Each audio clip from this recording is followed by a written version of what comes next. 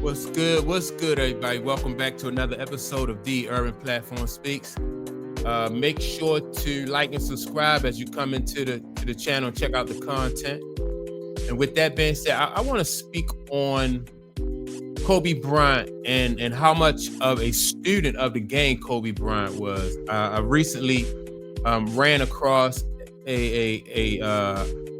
some audio, right, of Kobe Bryant talking about Elgin Baylor and how much Kobe studied Elgin Baylor's game and how he incorporated that into his game. A lot of times when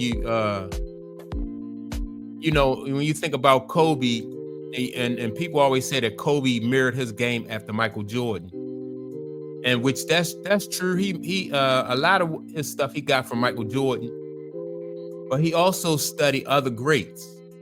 And so one of the greats that Kobe studied was this guy right here, Elgin Baylor, right? This guy was Elgin Baylor was born September the 16th, 1934.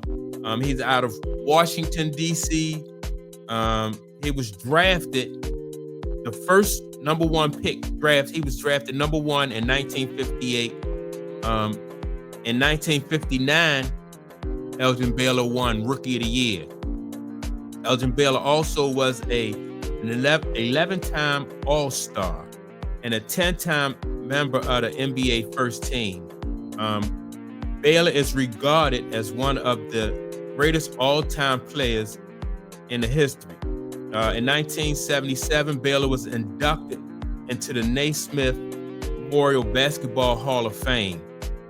In 1996, Baylor was named one of the 50 greatest players in NBA history. That's a major accomplishment. Like the 50 greatest.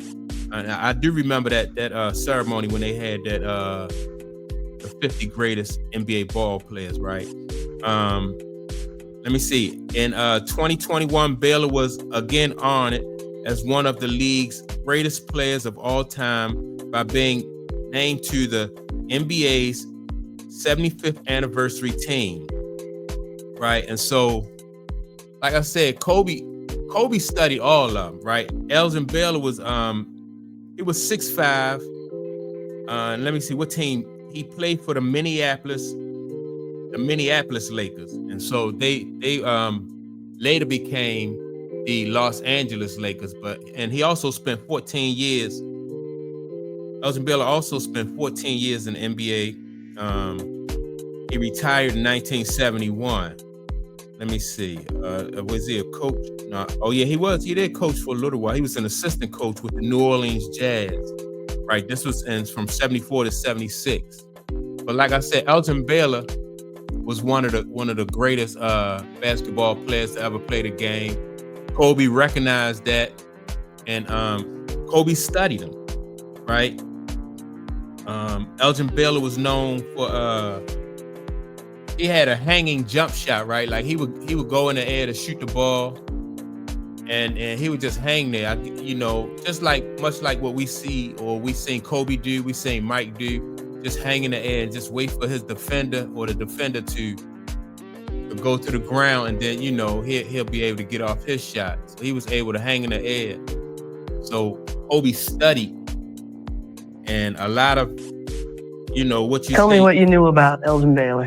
Everything I heard about Elgin, everything I read about Elgin was that he was Dr. J and Michael Jordan before Dr. J and Michael Jordan. He get to the basket, he do all these incredible things in the air, but I want to know, how did he get to the basket? It's cool to be able to do all those fancy things, but how did you get there?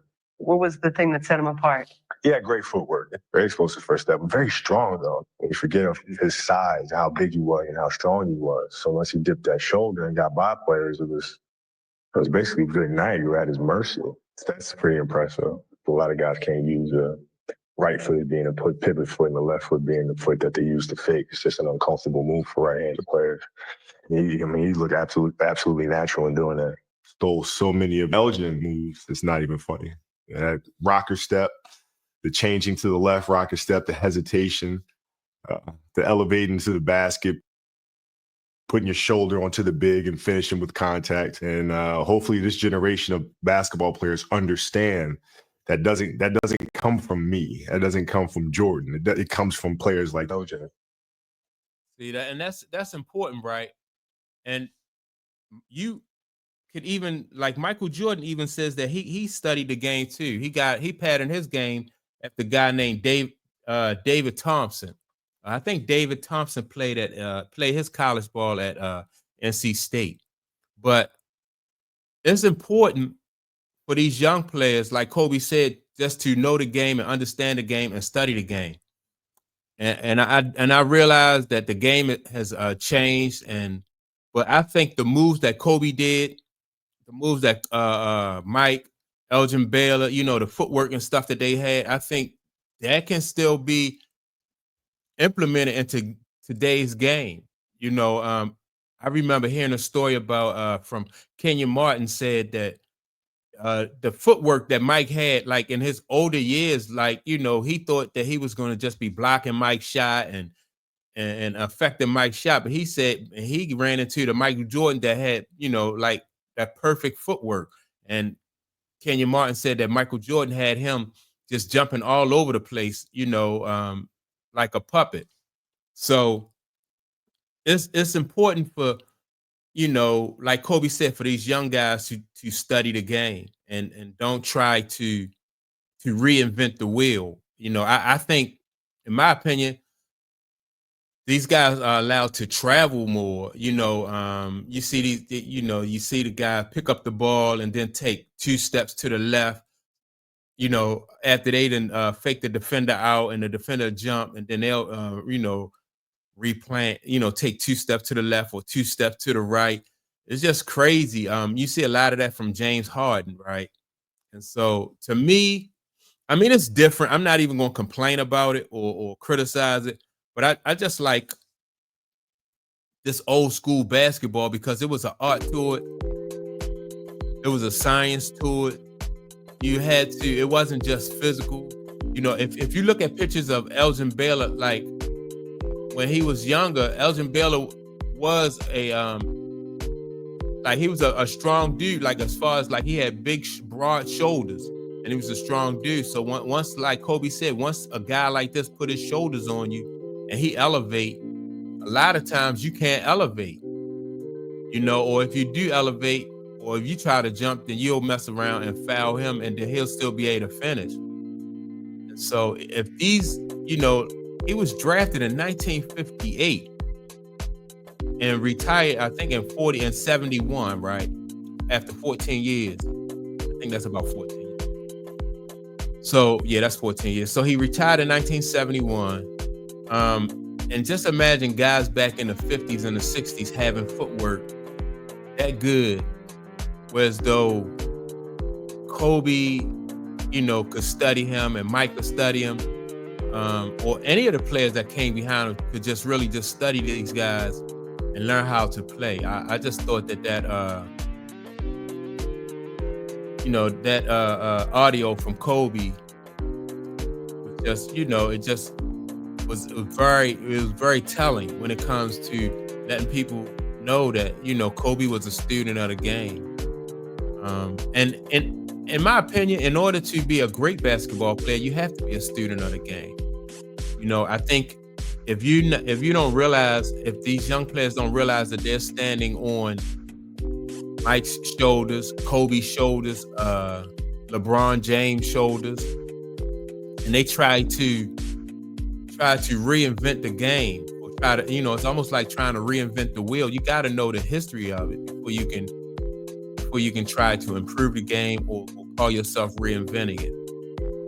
So, yeah, man, it was, to watch Kobe's footwork and watch Mike's footwork was just, it's just amazing. Those guys had excellent footwork, excellent body control, and when people really, hopefully these young guys that's coming along after Kobe and Mike and LeBron, hopefully these guys just study the game, and when they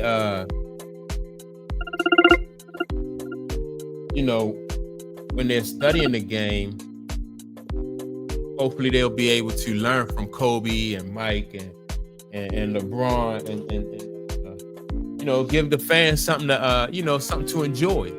But yeah, that audio, I really like that audio about Kobe, man. It just, you know, just shows how much of a student of the game Kobe was. And Kobe always let it be known that, you know, he studied the game. So yeah, man, that was a cool piece of content. And so yeah, that's my take on it. Make sure to like and subscribe. Also leave a comment. And with that being said, I will check you all out in the next video.